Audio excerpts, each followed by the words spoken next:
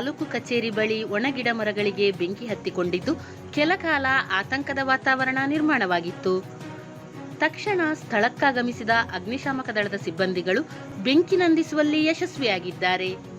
ತಾಲೂಕು ಕಚೇರಿ ಹಿಂಭಾಗದಲ್ಲಿ ಬೇಸಿಗೆ ಹಿನ್ನೆಲೆ ಮರಗಿಡಗಳು ಒಣಗಿ ನಿಂತಿದ್ದರಿಂದ ಬಿಸಿಲಿನ ತಾಪಕ್ಕೆ ಬೆಂಕಿ ಹತ್ತಿಕೊಂಡಿದೆ ಎಂದು ಮೇಲ್ನೋಟಕ್ಕೆ ಕಂಡುಬಂದರೂ ಇದು ಕಿಡಿಗೇಡಿಗಳ ಕೃತ್ಯವೆಂದು ಶಂಕಿಸಲಾಗಿದೆ. ನಮಸ್ತೆ.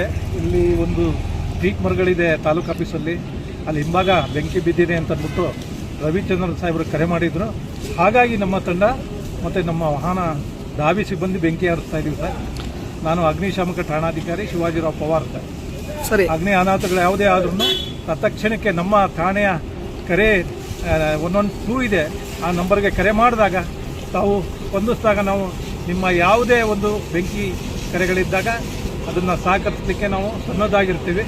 ಹಾಗಾಗಿ ತಾಲೂಕಿನಾದಂಥ ಈ ನಂಬರ್ 112ಗೆ ಕರೆ ಮಾಡಿದ್ರೆ ಸಾಕು, ನಮ್ಮ ವಾಹನ ಬಂದು ಎಲ್ಲಿ ಯಾವುದು ಅನಾಹುತಗಳಾಗುತ್ತೆ ಅದನ್ನು ತಪ್ಪಿಸಲಿಕ್ಕೆ ನಾವು ಸಜ್ಜಾಗಿರ್ತೀವಿ ಯಾವಾಗ.